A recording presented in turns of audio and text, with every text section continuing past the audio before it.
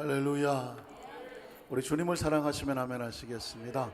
주님을 뜨겁지만 더 뜨겁도록 뜨겁게 사랑하시면 아멘 하시기 바랍니다. 날마다 우리의 심령은 뜨겁습니다. 성령으로 뜨겁고 하나님 앞에 기도도 뜨겁고 예배도 뜨겁고 믿으십니까? 사랑하면 어떻게 되죠? 이뻐지죠. 예전에 그런 명곡이 있었죠. 사랑하면 이뻐진다. 사랑하고 감기는 감추지 못한다.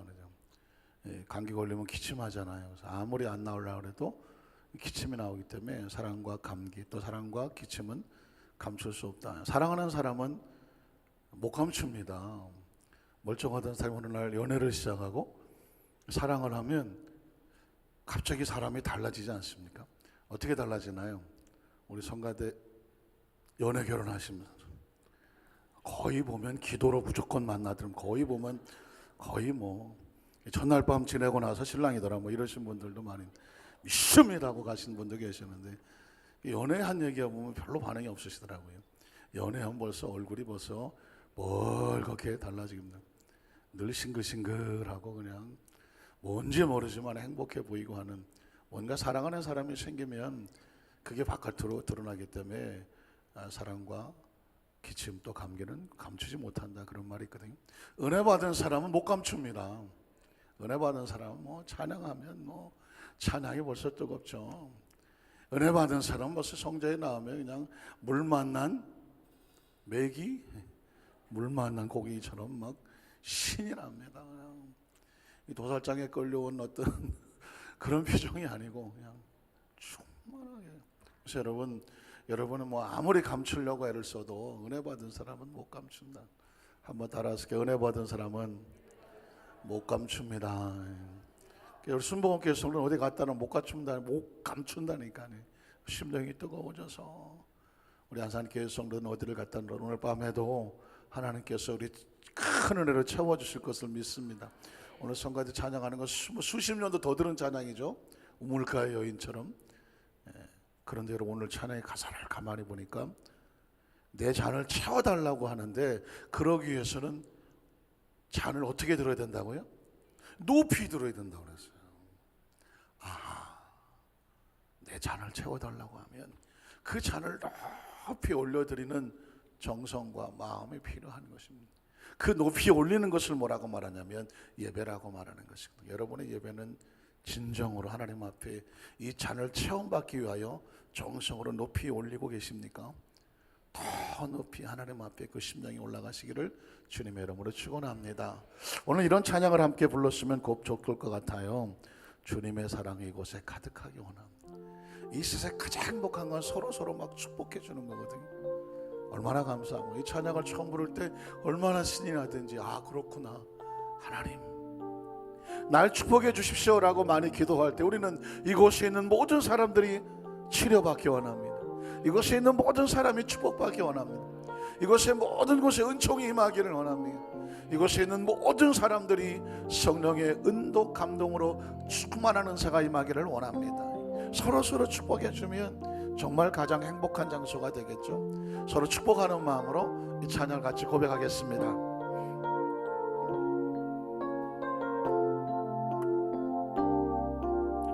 주님의 사랑이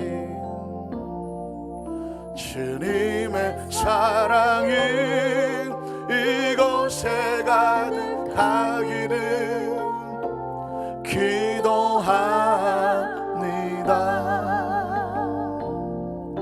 주님의 평화가 우리들 가운데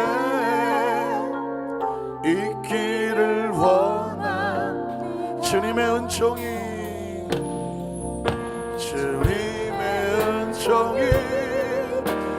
이곳에 가득하기를 우리 한번 옆 사람 손을 뻗치면서 주님의 기쁨이 우리들 가운데 있기를 원합니다. 다시 한번 할까요? 주님의 사랑이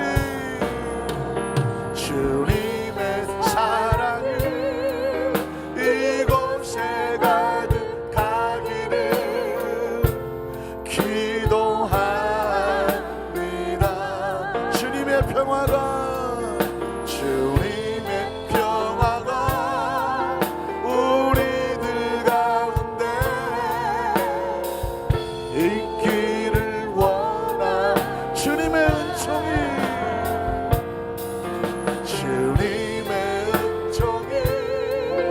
이곳에 가득하기를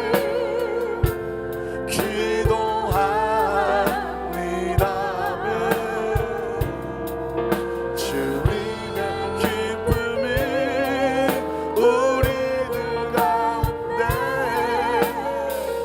있기를 원합니다. 때로는 지치고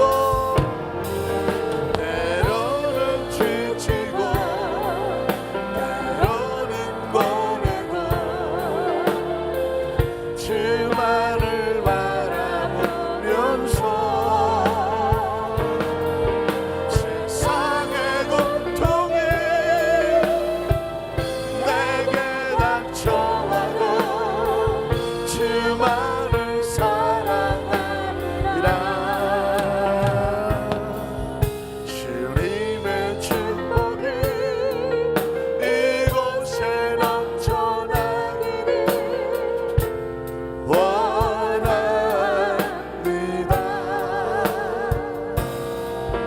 주님의 사랑이 이곳에 가득하기를 기도하.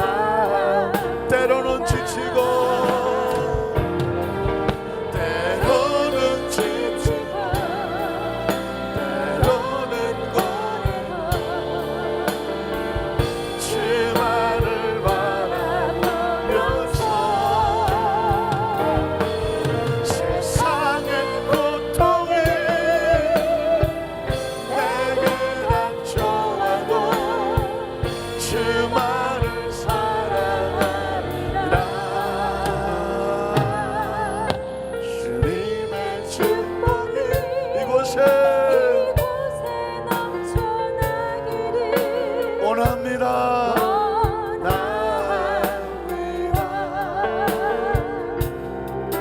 주님의 사랑이 이곳에 가득하기를 기도합니다.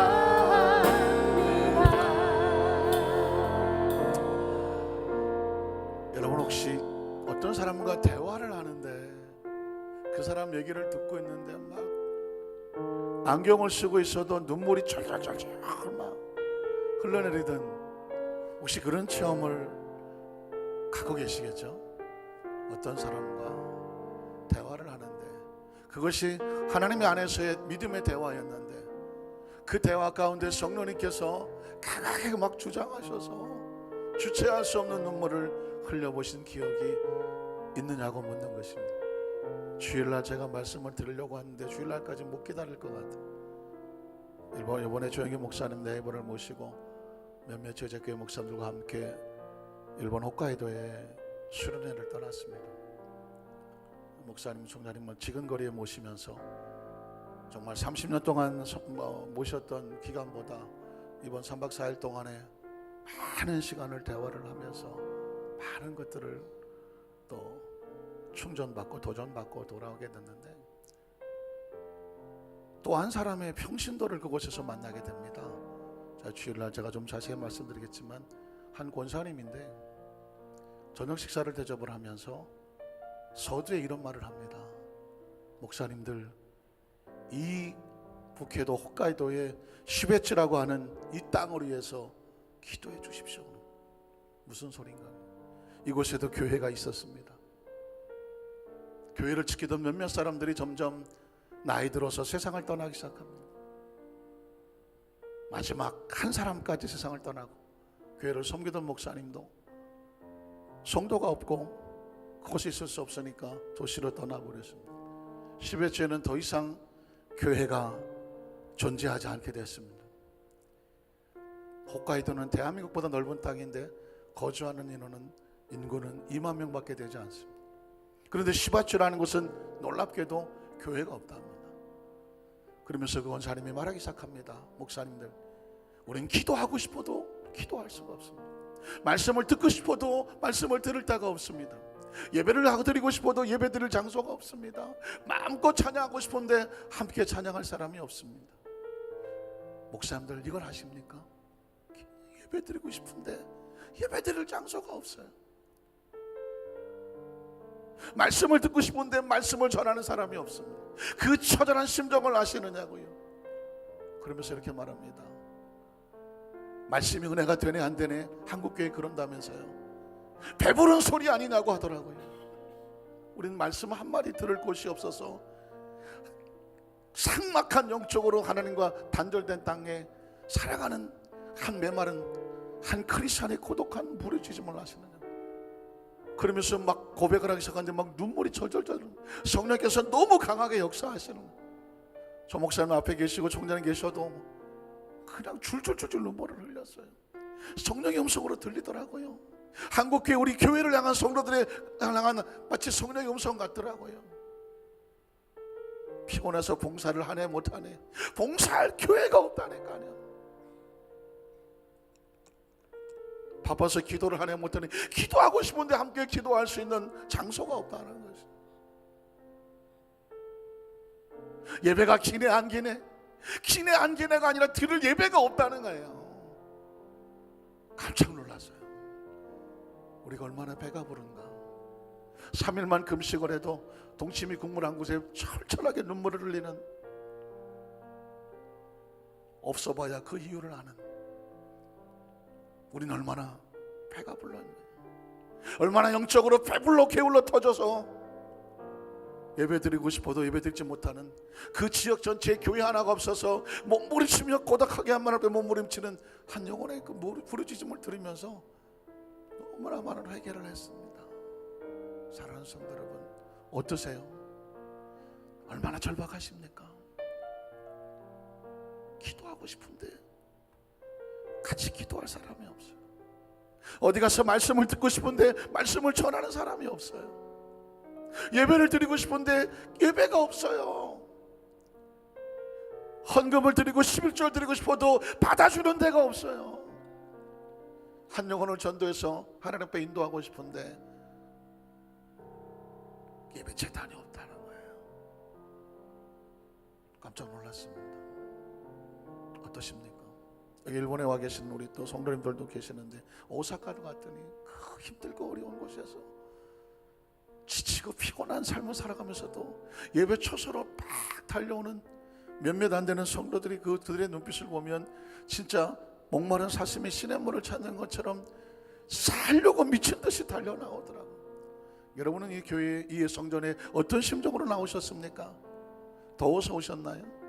늘 나오던 시간이라 나오셨나요? 오늘 이 자리가 내가 살기 위해서 나온다는 절박함의 심정을 가지고 혹시 이 자리에 나오셨나요? 그런 예배가 아니면 그 예배는 의미가 없는 걸 아십니까? 누군가 날 만나러 왔는데 오다가다 시간이 없어서 별로 어디 시간 때울 때도 없고 해서 그냥 오다가다 들린 사람하고 오늘 나 아니면 안 되겠다고 나온 사람하고 대화가 어떻게 다르던가요? 하나님께서 우리에게 원하시는 것은 하나님 아니면 안 됩니다. 예배가 아니면 안 됩니다. 기도가 아니면 안 됩니다.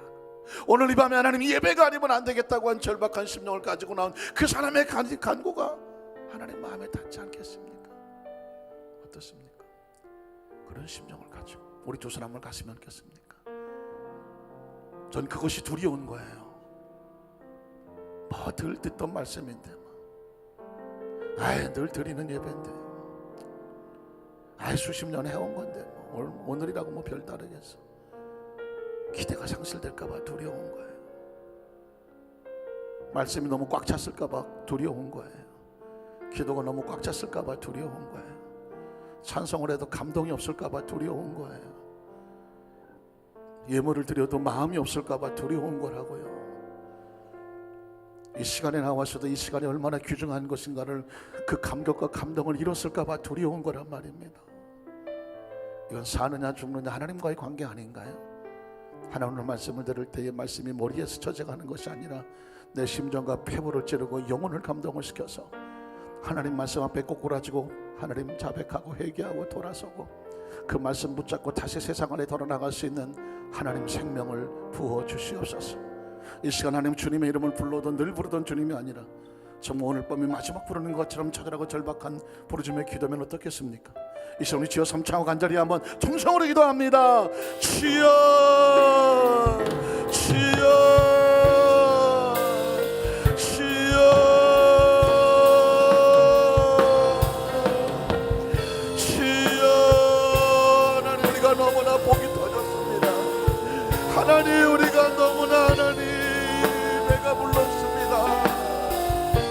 조금만 까불이 불편한 걸 참지를 못합니다. 조금만 힘들어도 힘든 걸 참지를 못합니다. 우리가 언제부터 이렇게 배가 불렀습니까? 우리가 언제부터 이 모든 것을 누렸습니까? 언제부터 우리가 더 좋은 것을, 더 좋은 것만 바라보고 나가왔습니까? 주님, 예수 이름을 부르고 싶어도 부르지 못하는 자들이 있습니다. 기도하고 싶어도 기도가 안 되는 성도들이 있다는 말입니다. 말씀을 듣고 싶으니라도 말씀을 전하는 데가 없는 곳이 있다는 말입니다. 봉사하고 싶어도 봉사할 곳이 없는 곳이 있다는 말입니다.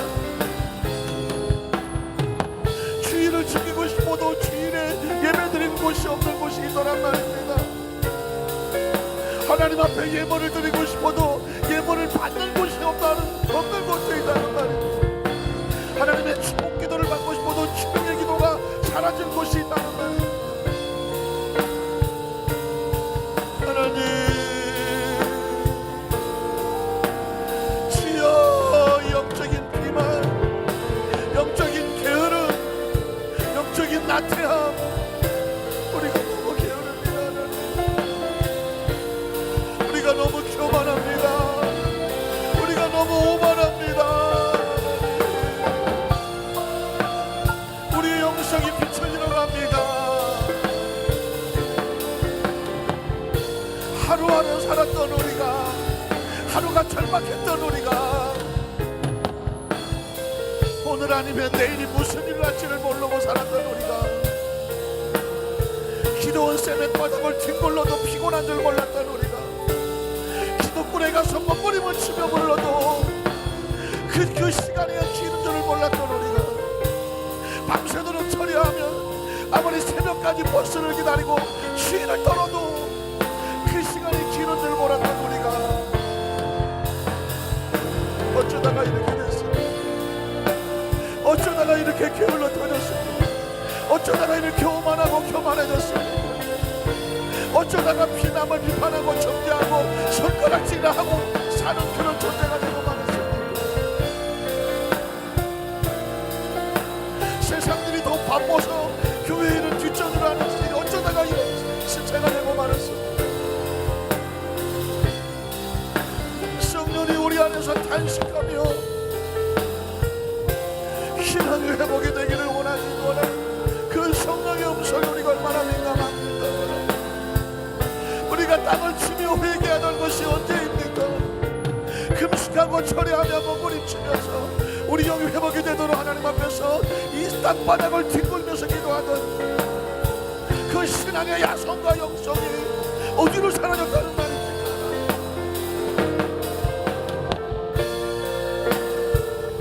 밤새도록 기도하고 새벽에 찬이슬을 맞아가면서 돌아가며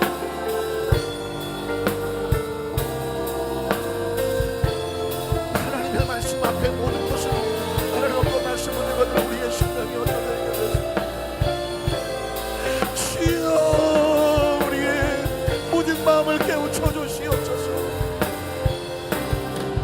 다시 시작하게 하는 우리 마음이 뜨거워지게 하여 주시옵소서. 지금 이 시간도 하나님, 이 대한민국의 천대가 자기 나라로 오게 해달라고 기도하면서 나라가 있다는 사실을 알면서 하나님, 오늘 이 밤에 하나님 우리가 온전한 예배를 드리고 있는지, 정말 절박하고 절실한지, 오늘 밤이 마지막 예배가 되어도 후회가 없는지,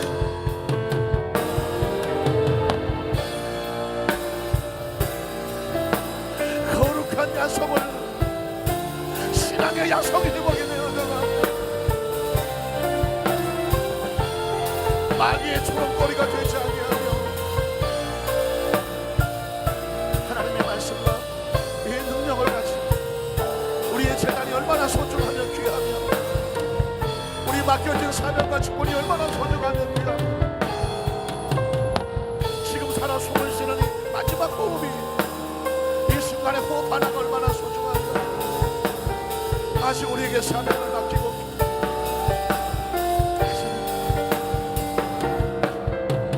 하나님의 이루심 우리 한사람들과 저희도 절박하기보다 더 온전히 주님 앞에 서기로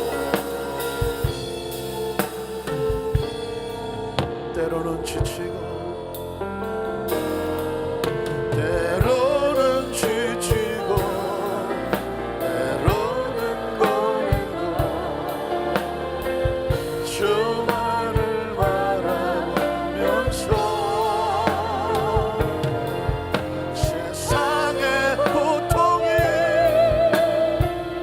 내게 닥쳐와도 주만을 사랑하리라.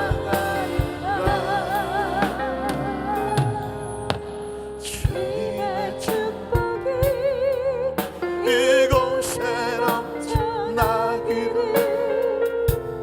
원합니다. 주님의 사랑이 이곳에 가득하기를 기도합니다.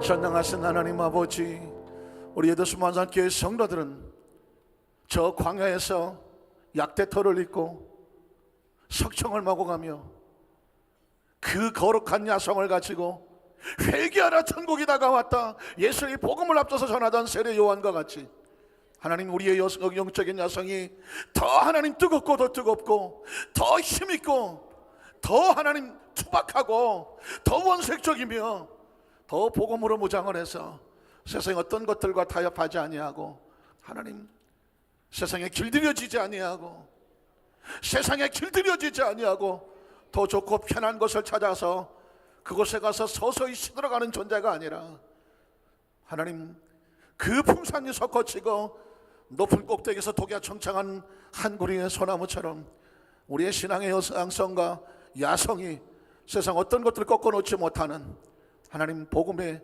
그 선대에 서가는 그런 교회, 우리 그런 교회 사명자들 될 수 있도록 주님 축복하여 주시옵소서.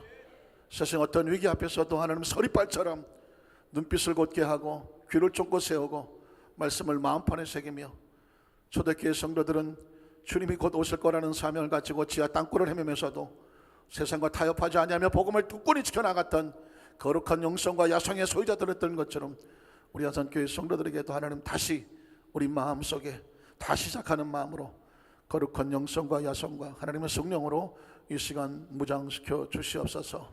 오늘 이 시간이 내 생의 마지막 예배인 것처럼, 오늘 듣는 말씀이 마지막 말씀인 것처럼, 오늘 기도가 마지막 기도인 것처럼, 오늘 보는 성도들이 내 생의 마지막으로 보는 성도인 것처럼 하나님 주시는 그 심령과 그 사랑으로 오직 하나님이 천국인의 신앙의 모습으로 예배가 온전히 드려질 수 있도록 주께서 친히 주장하여 주시옵소서. 예수님 이름으로 간절히 기도드리옵나이다. 아멘. 우리 자기서 한번 축복하실까요? 신앙의 거룩한 야성인이 되십시다. 할렐루야. 가만히 생각하면 우리 그리스도인들은 마귀는 점점 우리를 길들이죠. 세상에 적당히 뜨뜻미지근하게 그냥 뭐 좋은 게 좋은 거지 뭐 너라도 네가 뭐 별 수 있어, 이게 바로 마귀가 우리를 이 시대 속에서 우리를 길들이는 것입니다. 그러나 그리스도는 마귀의 길들임에 넘어가지 않는 것입니다. 꿋꿋하게 당당하게 신앙을 포기하지 아니하고 타협하지 아니하고 원래 우리의 마음속에 보내버렸던 그 심령을 가지고 오늘도 말씀 붙잡고 외로운 광야에 홀로 길을 걸어가도 난 그 길을 간다. 믿으십니까? 오늘 이 밤에 그런 거룩한 영성과 야성을 가슴에 끌어안고 말씀의 기도로 당당하게 서는 우리 성령 되시기를 주님의 이름으로 축원합니다. 한번 따라하실까요? 예수 그리스도의 교회, 예수 그리스도의 교회, 이런 제목으로 말씀의 은혜를 나누기를 원합니다. 지난주 설교 제목은 왜 안디옥 교회인가 그랬습니다. 놀랍게도요, 사도행전 2장에 성령께서 교회를 세우시고 그 초대교회가 발전해 나가서 성령의 역사가 흘러나가는데 가만히 그 내면의 본질을 보면 성령은 홀로 역사하시지 않은 것이 아니라 예수께서 이 복음서에 기록해 놓았던 그 복음이 성령의 능력을 타고 전 세계로 뻗어나가기를 원하셨습니다. 그러니까 성령은 홀로 역사한 것이 아니라 그리스도의 복음을 끌어안고 역사하셨습니다. 성령은 능력으로 역사했지만 그 내면은 뭐냐? 복음의 본질이 있어야 된다는 것이죠. 능력과 은사가 아무리 놀랍게 나타나도 그 안에 복음의 본질이 없으면 능력과 은사는 어떻게 보면 껍데기에 불과합니다. 우리는 사실 보이는 능력과 은사가 굉장히 중요하잖아요. 중요하죠. 그러나 그 능력과 은사도 누구를 위해서 있는 거냐면 복음의 본질을 전파하기 위해서 있는 거예요. 여러분, 예루살렘 교회는 사실 놀라운 교회거든요. 성령 받고 오순절 마가다락방에서 하루에 3,000명 5,000명씩 폭발적으로 뻗어나가던 교회. 예루살렘, 유대, 사마리아까지 기쁨의 역사가, 귀신이 떨어져 나가고 질병이 떨어져 나가고 막 가는 곳곳마다 부흥의 역사가 나타났는데 왜 사마리아 성에서 멈추냔 말입니다. 이 복음이 전 세계로 뻗어나가야 되는데 하나님은 다른 교회를 준비하셨더라는 거죠. 그 교회가 뭐예요? 사도행전 13장의 오늘 본문, 지난주 본문과 똑같지만 이 본문에 있는 의미를 알아야 되기 때문에 같은 본문을 삼았습니다. 안디옥 교회라고 하는 전혀 생소한 교회 하나가 등장을 하더라는 것입니다. 거기서 선교사를 세웁니다. 그리고 세계로 나가는 선교의 사명은 예루살렘 교회가 아니라 안디옥 교회가 담당하라고 말하고 있습니다. 눈치채셨습니까? 하나님께서 사용하시는 교회가 따로 있더라는 것이죠. 그러면 교회는 뭘 생각하느냐, 성장하느냐? 성도도 마찬가지죠. 사람도 마찬가지고 사명자도 마찬가지예요. 넌 여기까지다 하는 사람이 있는가 하면 넌 여기서부터 새로 시작한다는 사명이 있습니다. 뭐가 다른가? 그 속에 있는 본질이 다르더라는 것입니다. 예루살렘 교회는 분명히 교회인데 예수 이름으로 기도가 이루어지고 예배가 드려지는 곳인데 아직도 사고가 어디에 머물러 있었냐면 구약의 율법에 머물러 있었다는 것입니다. 신앙의 가장 무서운 거냐면 우리끼리예요. 한번 따라 하실까요? 우리끼리. 참 이게 굉장히 좋은 단어 같은데요, 복음에 있어서는 무서운 적이에요. 우리끼리는 없어요. 왜냐하면 교회는 누가 다스리나요? 하나님의 나라며 성령이 다스리는 거예요. 그래서 성령께서 역사하는 것이면 그것에 아멘하고 순종해 가는 것이지 거기에 우리끼리 이렇게 하자라고 하는 우리끼리는 없는 거예요. 혹시 아십니까? 너무 유명한 본문이지만 민수기 13장 이하에 보면 모세와 여호수아와 갈렙은 돌로 쳐서 죽이려고 하고 우리끼리, 하나님이 세운 지도자 말고 우리가 세운 지도자 우리끼리 가자고 말해요. 사랑하는 성도 여러분, 그리스도는 우리끼리가 없어요. 우린 누구의 백성입니까? 하나님의 백성. 그래서 우리는 성령의 감동에 따라, 한번 따라서 성령의 감동에 따라, 성령의 인도하심에 따라, 우리의 복이 좋은 대로가 아니라 성령이 보시기에 좋은 대로, 우리의 소유에 좋은 대로가 아니라 하나님 보시기에 좋은 대로. 혹시 물어볼까요? 우리의 소유의 복이 좋은 대로 행했더라 어디가 생각납니까? 오늘 성경학교 졸업식인데 한번 따라서 사사기. 사사기는 온통 무슨 얘기가 나면 그들이 자기의 보기에 좋은 소유대로 행했다고 말하는. 그러니까 사사기는 온통 지가 하고 싶은 대로 했던 데가 사사기예요. 그러면 하나님께서 이웃 나라가 쳐들어와. 그럼 또 엄청 웃어 터져. 그러면 또 하나님 잘못했다고 나와. 하나님이 또 사사를 세워. 사사가 나타나서 이웃 이방의 민족들을 다 쳐서 물리쳐. 그 나라에 평화가 임해. 잠시 평화 임하면 또 다시 자기들끼리 자기 좋은 대로 해. 그러면 또 이웃 나라가 쳐들어와. 그럼 또 두려워하죠. 그러면 하나님 또 잘못했습니다 그래. 그럼 사사를 세워. 사사가 가서 또 그를 쳐부셔. 그 나라에 평화가 와. 조금 먹고 살만하면 또 우리끼리 자기 하고 싶은 대로. 이걸 몇 번을 반복하는지 아십니까? 사사가 13명이 세워져죠. 그러니까 이게 패턴이에요. 인간이라고 하는 것은 이 패턴에서 벗어날 줄을 몰라. 구약시대에서는 이런 패턴에서 늘 반복을 하고 살아요. 예루살렘 교회도 보니까 교회는 부흥됐는데 사고는 뭐냐면 우리끼리야. 더 뻗어가지 말자. 우리끼리 할례 받은 유대인들끼리 이 복음이 이방으로 뻗어나가는 게 싫다는 것입니다. 여러분 어떻게 생각하십니까? 갑자기 이 생각이 났어요. 한 달란트 받은 사람이 달란트 하나 가지고 땅속에 쳐박아 놓고 이거는 땅속에 딱 쳐버려. 움직이지 말자. 그러나 2달란트 받은 사람은 가지고 나가서 그걸 열심히 일을 해갖고 또 2달란트, 5달란트를 만들어. 어쩌면 우리가 나 혼자 구원받고 나 혼자 천국 갈래 하는 것은 아마 무서운 신앙의 모습일 것 같아. 나만인 것 같아. 받았으면 어떻게 되냐면 나눠야 돼. 은혜를 받았으면 나눠야 돼. 구원을 받았으면 나눠야 돼. 움직여야 돼. 나가야 돼. 뻗어야 돼요. 그래야 뭐가 나타나냐면 감당할 수 있는 은사도 나타나고 필요한 건강도 주시고 물질도 주시고 일할 수 있도록 만들어 주시는 것입니다. 예루살렘 교회는요 굉장히 좋은 교회지만 안타깝지만 이 구약의 율법에 묶여져 있는 교회라 우리끼리였습니다. 그래서 새로운 교회가 탄생하는데 안디옥 교회, 아까 보셨지만 그 안디옥 교회 보니까 별의별 사람들이 다 같이, 근데 그들이 모두 교사와 선지자야, 교회 리더자들이었단 말입니다. 흑인도 있고 헬라인도 있고 헤롯의 동생도 있고 사울도 있고 이 사람들은 다 복합 짬뽕이에요. 그런데 그 교회가 그 리더자들이 전부 국적에 상관없이 인종에 상관없이 이방인이든 유대인이든 누구 하나 손가락질하지 아니하고 교회를 이끌어가는 리더자로 세워져서, 그건 뭘까요? 그들의 주인은 오직 예수 그리스도입니다. 자, 여러분, 그러면 예수 그리스도의 교회는 예루살렘 교회에 가까울까 아니면 안디옥 교회에 가까울까요? 예루살렘 교회를 이제 비교를 제가 해드릴 건데, 예수 그리스도의 교회는 뭐 예수님의 교회를 세우셨나요? 예수님의 여러분 사고를 보십시오. 예수님이 세 가지 비유를 말씀. 하나는 뭐냐면 바리새인과 세리의 기도를 말합니다. 이건 교회예요. 혹시 기억이 나시나요? 바리새인은 와서 뭐라고 기도합니까? 하나님, 날 좀 보세요. 일주일에 2번 금식해. 일주일에 2번을 금식해. 늘 성경을 써. 그리고 머리부터 발까지 성경을 쓴 걸 옷 입고 다녀. 그리고 이제 막 길거리 다니다가 사람들이 많으면 딱 하늘을 보고 기도를 해. 사람들이 가면 또 이제 그냥 기도를 안 해. 사람들이 보면 완전히 종교적으로 하는 데 있어서는 따라갈 사람이 없어. 그러면서 뭐라고 말하냐면, 하나님 보십시오, 나는 일주일에 2번 하고 11조도 꼬박꼬박 드리고 또 내가 뭐 열심히 하나님 나라 일도 하고 저 기둥 뒤에 숨어있는 세리와 같지 않으니 감사합니다 라고 말합니다. 이게 교회거든요. 바리새인 교회거든요.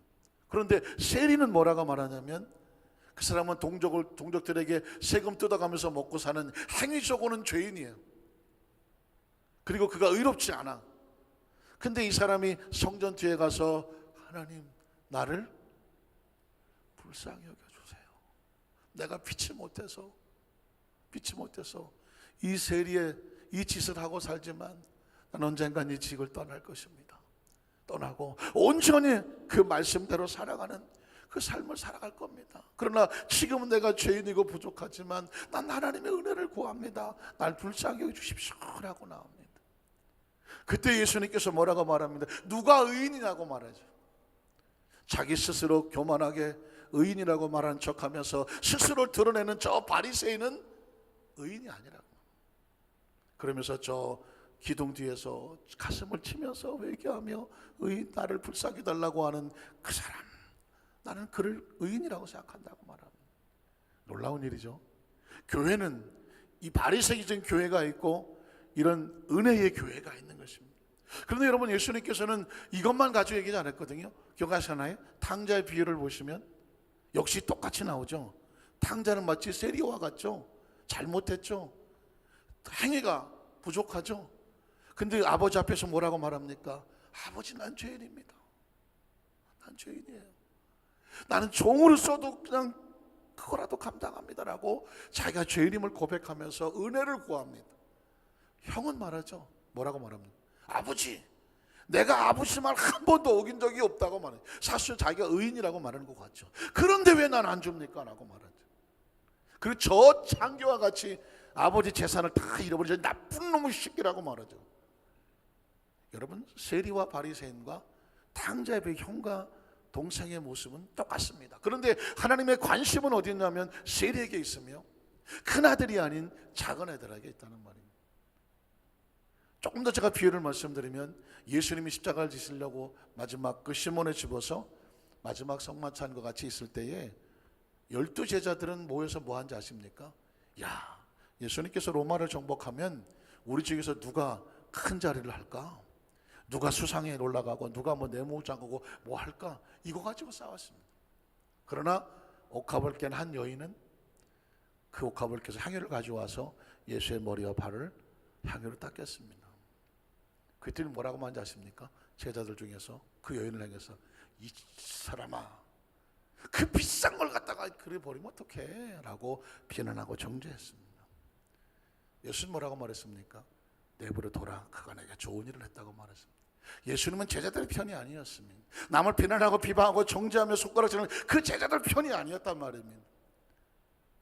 받은 은혜에 너무 감사해서 예수님 앞에 자신의 것을 드려도 아깝지 아니하는 그 마리아에게 저가 내게 좋은 일을 했다고 말하고 있다는 것입니다. 이게 교회란 말이죠. 교회예요.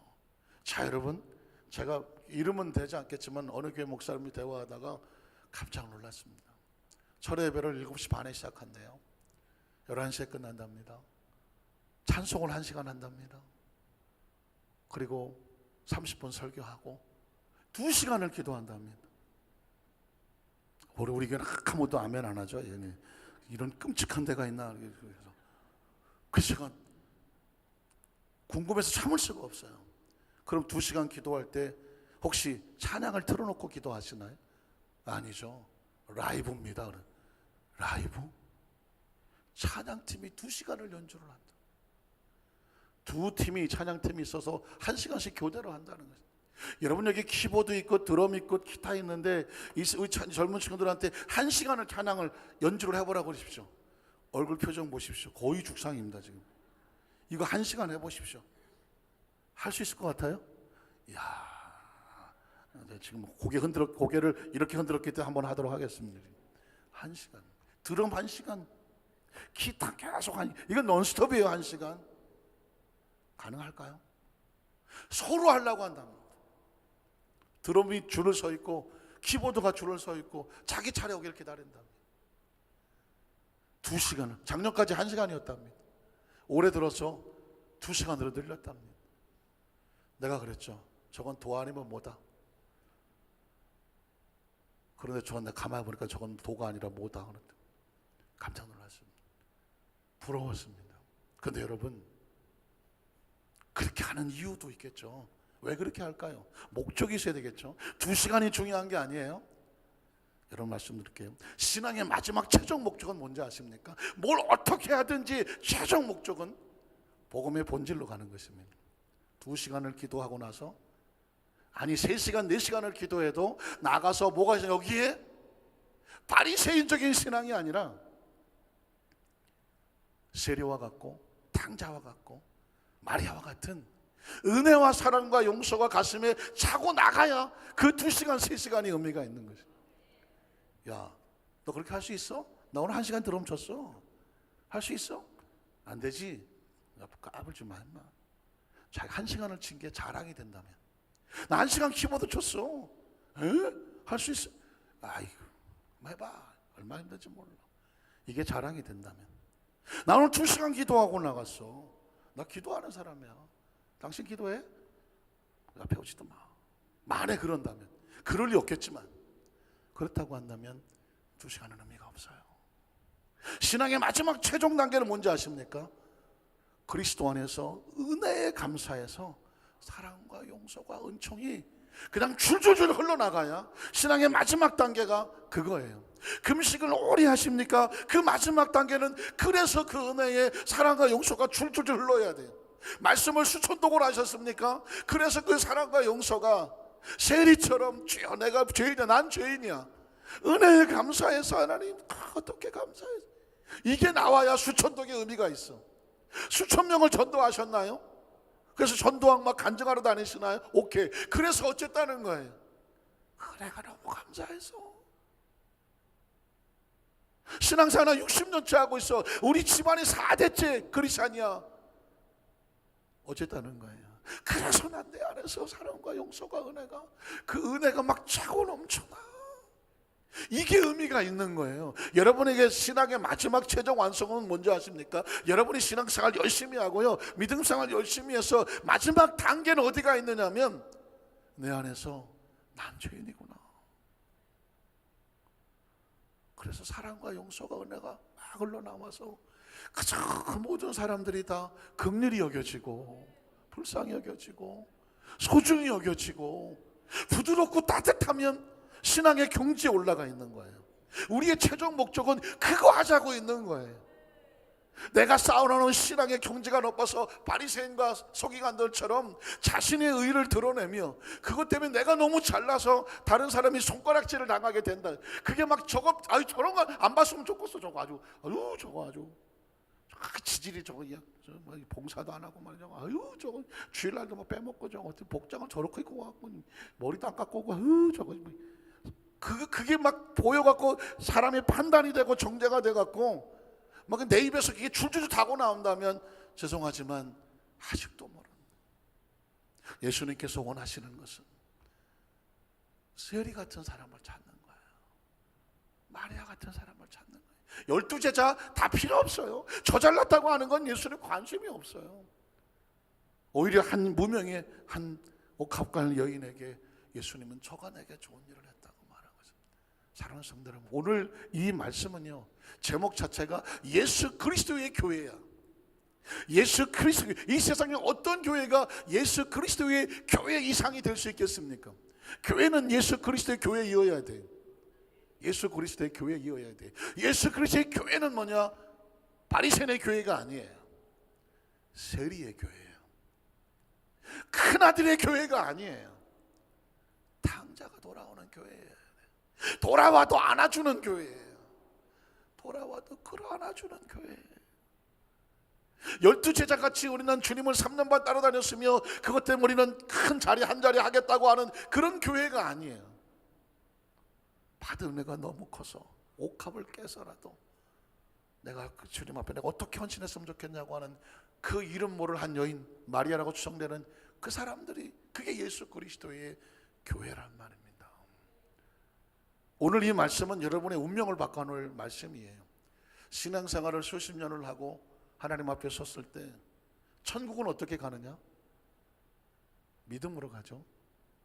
믿음의 본질은 뭔지 아십니까? 사랑과 용서예요. 긍휼과 포용이에요.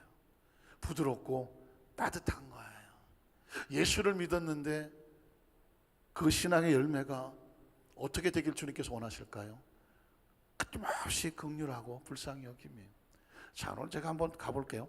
바리새인들은 뭐 시간 관계에서 제가 조금만 찾아보겠습니다. 바리새인들은 왜 예수님으로부터 그렇게 큰 미움을 받았을까?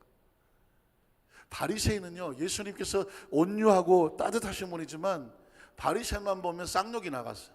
아유 이씨 독사의 새끼들하고 막 나갔어요. 쌍욕이 나갔어요. 그 욕이라고 하는 것은 이건 절대로 안 된다는 거예요.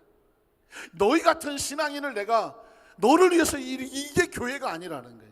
이런 신앙은 절대로 안 된다고 하면서 바리새인들을 향해서는 마태복음 24장에 보면 화 있을진저 이 독사의 자식들아 하면서 아주 한 장 통틀어서 이렇게 신앙생활 하지 마라. 이게 바로 예수님께서 우리에게 주시는 강한 경고예요. 그러면 도대체 바리새인들이 뭘 어떻게 했는데? 여러분 보십시오. 요한복음 5장 10절을 한번 볼게요. 유대인들이 병 나은 사람에게 이르되 안식일인데 내가 자리를 들고 가는 것이 옳지 않다라고. 자, 어떤 사람이 손이 말랐어. 이게 낫어. 어떤 사람이 중풍병에 걸렸어. 근데 그 사람이 낫어. 근데 그날이 안식일이야. 생명을 살리는 게 중요합니까? 안식일에 아무것도 하지 말라고 그래서 아무것도 안 하는 게 중요합니까? 의식과 형식은요, 야 너 안식일인데 왜 병이 났어? 율법과 형식을 따져. 이 바리새인들은 그랬어. 예수님은 일부러 안식일에 손 마른 자를 고치고 중풍병자 이렇게 세워. 그랬더니 바리새인들은 저 예수님을 이단이라고 저 귀신 들렸다고 말해. 안식일에 말해 병을 고친다고 말해. 뭐가 중요합니까? 생명이 사는 게 중요해요. 예수님은 생명을 살리러 왔지 무슨 뭐 절기가 어쩌고 무슨 뭐 예식이 어쩌고 형식이 어쩌고 그것 때문에 사람의 생명이 다치는 걸 원하지는 않아. 여러분 기억하십시오. 교회의 본질은 생명을 살리는 거예요. 예수님의 복음은 생명을 살리는 거예요. 그래서 저와 여러분이 사는 거예요. 기억하십시오. 저와 여러분도 교회예요. 보이지 않는 교회인데 저와 여러분이 존재하는 목적은 사람을 죽이라고 있는 것이 아니라 사람을 살리라고 있는 거예요. 사람을 살리라고 있는 거예요. 우리 안에 예수 그리스도가 들어왔다면, 성령 역사하신다면, 예수 믿고 구원받았다면, 그래서 어쨌다고? 하나님 널 통해서 뭐 하기 원하셔? 라고 물은다면 나를 통해서 생명을 살리는 거예요. 나한테 죽을 죄를 저지른 사람, 죽어 마땅한 사람인데 그 사람이 나에게 찾아와서 용서를 구한다면 어떻게 해요? 살려야죠. 내가 감정적으로는 때려 죽이고 싶지만 나도 살았다. 누구 때문에? 예수님 십자가. 아까 찬양팀이 찬양할 때 그리스도의 십자가 보혈 안에서 하더라고. 멜로디도 좋고 가사도 좋고 은혜가 되더라고. So what? 그래서 어쩌다고? 그 보혈이 어쩌다고? 그 보혈로 내가 용서받았다고. 멜로디가 좋아서 은혜되고 가사가 좋아서 은혜되는 게 아니라 그 가사에 내게 진실되가 내가 용서받았다고. 그래서 나는 뭐 할 수밖에 없냐면 나도 당신을 용서할 수밖에 없다고. 그게 교회예요. 너는 용서를 받았는데 난 널 죽어도 용서 못해. 예수님은 날 용서했는데 나는 너를 용서 못하겠어. 그게 여러분 수많은 수억 원을 용서받은 탕감받은 한 사람이 15,000원 꼬간 놈 감옥에 처박는 거랑 마찬가지야. 예수님께서 야 네가 받은 탕감은 수백억이야. 근데 15,000원 꼬간 놈을 그 감옥에다 집어넣냐? 너 인마 다시 감옥에 들어가고 저 빚 갚아. 그게 여러분 종의 비유입니다. 오늘 여러분 예수 그리스도의 교회라고 타이틀을 제가 제목을 적을 때는 작정하고 예수 그리스도의 크리스찬으로서의 의식이 정확하게 있어야 돼요. 저는 말씀 묵상하다 깜짝 놀라는 게 성령의 역사가 움직이는데 그 역사의 외형적인 것도 중요하지만 내면의 그리스도의 복음이 사랑과 용서와 긍휼과 포용이 들어가 있지 않으면 아무리 뭐 수천만 명이 모이는 그 덩어리라고 할지라도 공동체라도 의미 없어. 스톱! 예루살렘 교회는 더 이상 끝이야. 더 끝이야. 새로운 포용을 가진 안디옥 교회가 이 선교를 끌고 갈 거야. 복음을 끌고 갈 거야. 거기서 바울과 바나바가 움직여지는 거예요. 하나님께서 저와 여러분을 사용하시고 이 교회를 사용하시려면 우리 안에 뭐가 있어야 되냐면 우리를 통해서 생명이 살아나야 돼. 생명을 살아. 바리새인은 뭐라고? 안식인 네가 왜 일어나? 본질을 몰랐다는 것입니다. 여러분 예수 그리스도는 생명을 살리는 게 욕성이에요. 요한복음 6장 41절 한번 볼까요? 성경에서 한마디씩 한 구절씩만 하겠습니다. 이르시되 우리는 요셉의 아들 예수가 아니냐 그 부모를 우리가 아는데 자기가 지금 어째서 하늘에서 내려왔다고 하느냐. 이르되 이는 넘어가 예수께서 대답하여 이르시되 너희는 서로 수군거리지 말라. 나를 보내신 아버지께서 이끌지 아니하시면 아무도 내게 올 수 없으니 오는 그를 내가 마지막 날에 다시 뭐해요? 살리는 거예요. 예수님은 이 땅에 병자도 고치지만 마지막 날에 자기 백성들을 살리러 오신 분입니다. 예수님을 구주로 믿으시면 아멘 하시기 바랍니다. 그러면 머릿속에 정확하게 박혀놓으세요. 난 죽어도 살린다. 난 죽어도 살린다. 이 땅에 크리스찬이 존재해야 되는 목적, 세상에서 교회가 될 필요하냐? 이 크리스찬들은 도대체 뭐하는 사람이냐라고 우리의 정체성을 묻는다고 하면 기억해. 모든 사람은 손가락질하고 돌을 던져 죽이라고 달려들 때 우리는 끝에 서서 그 생명을 향하여 살리는 쪽에 서주는 사람이야. 모든 사람이 저 죽일 놈이라고 손가락질하고 마땅한 그 사람을 향해서도 마지막 긍휼을 베풀 수 있는 사람이 누구다? 크리스찬이야. 왜? 누굴 닮았으니까 그리스도를 닮아가지고. 요한복음 7장 19절 23절에 보면 무리가 대답할 때 당신은 귀신. 그러니까 바리새인들이 미치겠는 거예요. 아니 저 율법으로 판단하고 세리 뭐 장녀 뭐 이런 것들하고는 놀지 말아야 되고 이방인들 이거 죽겠는데 예수님은 그런 사람들만 찾아다녀. 그러니까는 그 바리새인과 서기관들이 예수를 뭐라고 말했냐면 당신 귀신 들렸네 이거. 제정신이면 이러겠느냐고 예수님을 귀신 들렸다고 비난합니다. 누가 당신을 죽이려 하나이까?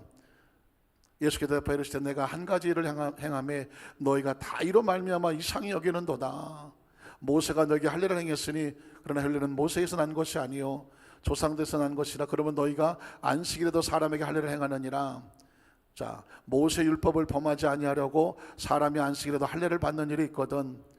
내가 안식일에 사람의 전신을 건전하게 한 것이 너희가 내게 노여워하느냐.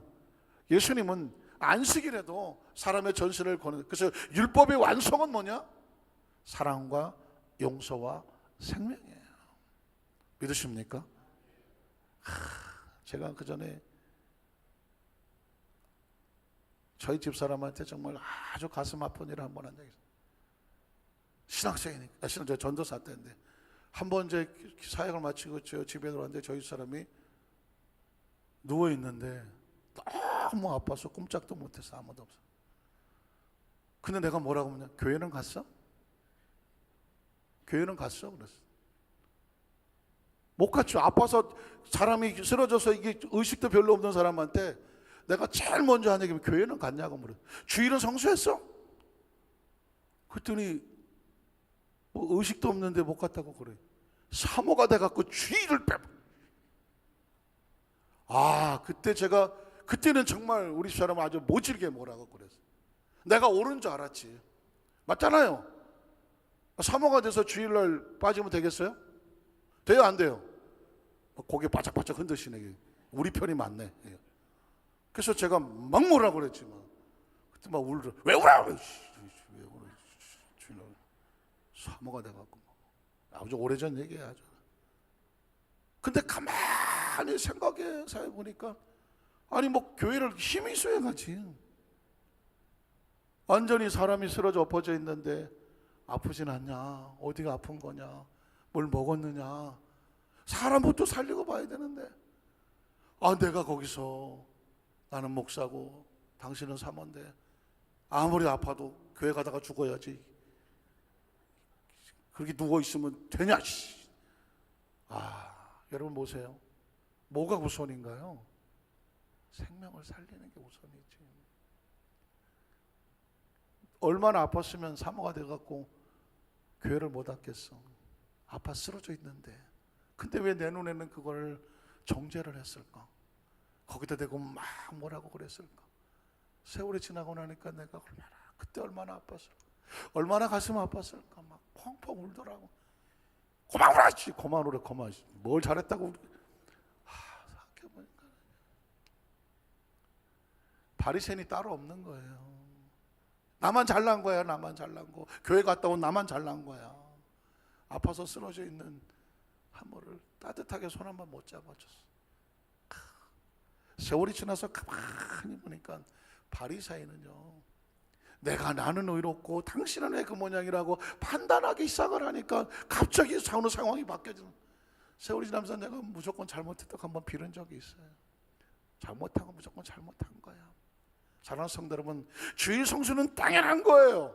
당연히 해야죠. 죽어도 해야지. 근데 죽으면 못 와요. 그럴 때는 어떻게 하냐? 살리고 봐야지. 살리고 회복을 시키고 움직이고 해줘야지. 제가 지금 저 극단적인 예를 들었지만 우리 구역 식구들 가운데 또 우리는 교회 공동체 안에서 혹시라도 어렵고 힘든 사람이 있을 때 뭐라고 내 입에서 먼저 막 나가기 전에 왜 그럴 수밖에 없었는지, 왜 그랬는지 조금 더 헤아려 보면서 배려할 수 있는 마음을 가지고 서서 그 사람이 어떤 의도적으로 뭔가 잘못된 것이 있다면 때로 아니라고 가르쳐 줄 필요도 있지만 꽁무치 어쩔 수 없는 상황에 빠져서 그렇다고 하면 그 사람을 포용하고 회복시킬 수 있도록 먼저 살리는 것이 우선이에요. 예수님께서도 그랬거든. 안식일에 지금 뭐 팔이 말라서 막 죽어가고 막 고통스러운 사람 살려야지. 그랬더니 유대인들은 당신이 왜 안식일을 범하느냐고 막 달라들었던 거거든요. 사랑하는 성도 여러분, 율법의 완성은 뭐냐면 사랑과 용서인 줄로 믿습니다. 요한복음 8장이 뭐 여러분 잘 아시는 것처럼 뭐 현장에 가늠하 잡힌 여인에게 섰을 때 모세의 율법은 돌로 쳐서 죽이라고 하잖아요. 맞는 거거든요. 틀린 말이 아니에요. 예수님 말씀하잖아요. 그러면 너희 가운데 죄 없는 사람이 먼저 돌로 쳐. 아주 정말 명답입니다. 너는 어떤데? 라고 하는 거죠. 성경에 보니까 아무도 돌을 던지지 못하고 다 내렸고 도망갔다고 말하고 있습니다. 예수님 말씀도 귀하죠. 나도 너를 뭐하지 않아? 정죄하지 않아. 한번 따라하실까요? 나도 너를 정죄하지 않는다. 가서 다시는 죄를 범하지 마라. 여러분, 죄를 짓고 나면 불안하죠? 막 어디 가서 막 천둥 치면 갑자기 혹시 하고 바깥에 나가지도 않죠? 실제로 그들에게 어떤 권사님이 제가 미국에 있을 때 철앱에 한 번도 안 빠지고 버스 저 승용차를 1시간 반을 타고 오시는 분인데 안 오셨어. 그래서 주일날 조심스럽게 물었어. 왜 금요일에 안 오셨냐 그랬더니 목사님 LA에는 비가 잘 안 오고요. 번개 치는 일이 없는데 그날 차를 타고 나오는데 번개가 치더라고요. 그래 갑자기 겁이 확 나갖고 도로 들어갔다네 그냥. 하도 번개. 그래서 내가 뭘 그렇게 잘못하셨니? 아유 그냥 그래요. 묻지 마세요. 그게 사람이 누구라도 그런 게 있을 수 있다는 말이죠. 그런데 여러분 보십시오. 죄는요 다른 무슨 어떤 번개가 안 쳐도 하나님과 단절되는 순간 영적으로 단절되면 그게 대가예요. 아버지를 떠나면 그 자체가 그게 벌이에요. 단절되는 게 벌이에요. 그럼 어떻게 해야 되죠?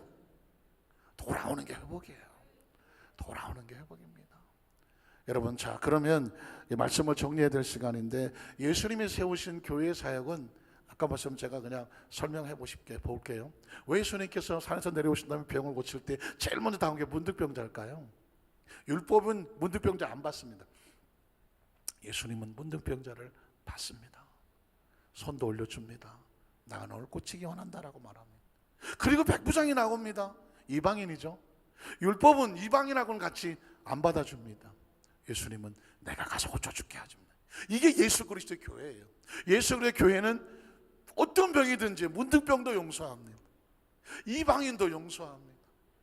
혈루증 걸린 여인이 이유 없이 나오는 게 아니에요. 하혈을 합병하면 여자들은 교회를 예배에 나올 수가 없었습니다. 그러나 그 하혈한 부정한 여인이 예수의 옷가에 손은 대는 것도 예수님은 다 받아줍니다. 회당장은 유대인입니다. 야이로는 유대인도 그 딸이 병에 걸렸다니까 찾아갑니다. 살려줍니다. 성경에 세리가 와도 받아주고요. 마리아는 안타깝지만 7 귀신이 들리고 전직이 창녀였다고 합니다. 귀신 들렸으니까 무슨 짓 하는지 어떻게 알아요? 그러니까 사람들은 다 손가락질하지만 예수님은 그 여인을 고쳐주시고 회복을 시킵니다. 이게 예수 그리스도 교회예요. 말씀을 정리하기를 원합니다. 이스라엘 백성들에게 가장 중요한 단어는 샬롬입니다. 한번 따라 하실까요? 샬롬이 뭐라고요? 평화가 뭘까요? 평화는 뭐냐? 평화는 모든 사람과 더불어서 함께 가는 거예요. 그게 평화예요. 그러니까 예수 그리스도의 교회의 진정한 의미는 평화예요. 너도 살고 나도 살고요. 너도 행복하고 나도 행복하고, 너도 잘 되고 나도 잘 되고, 너도 기분이 좋고 나도 기분이 좋고. 그래서 나만이 아니라 항상 상대를 배려하면서 같이 가는 것을 샬롬이라고 말해요. 나만 잘 되는 건 샬롬이 아니에요. 그래서 예수 그리스도의 교회는 더불어 행복하고 함께 가는 거다. 그래서 오늘 이 말씀은요, 오늘 말씀으로 끝나면 안 되고요, 크리스찬의 마지막 최후의 목표예요. 이게 신앙이 이렇게 자라서 마지막 정상에 서 있는 것은 예수 그리스도의 교회가 되는 거예요. 그리고 이 천국은 이 사랑과 용서로 가는 거예요. 아니 목사님 믿음으로 가지, 정말 믿어? 그러면 그 안에 본질은 사랑과 용서예요. 예수를 믿는 사람은 그 속에 사랑과 용서가 완성이 되어야 돼요. 그래서 우리 한산교회 성도를 어디를 갖다 놓아도 전혀 다른, 저 사람은 그냥 교회 다니는 교인이 아니라 그 주위를 따뜻하게 하고 행복하게 하고, 그리고 서로 더불어서 살려주고 여러분을 만나는 사람들마다 다 사는 역사가 있기를 주님의 이름으로 축원합니다.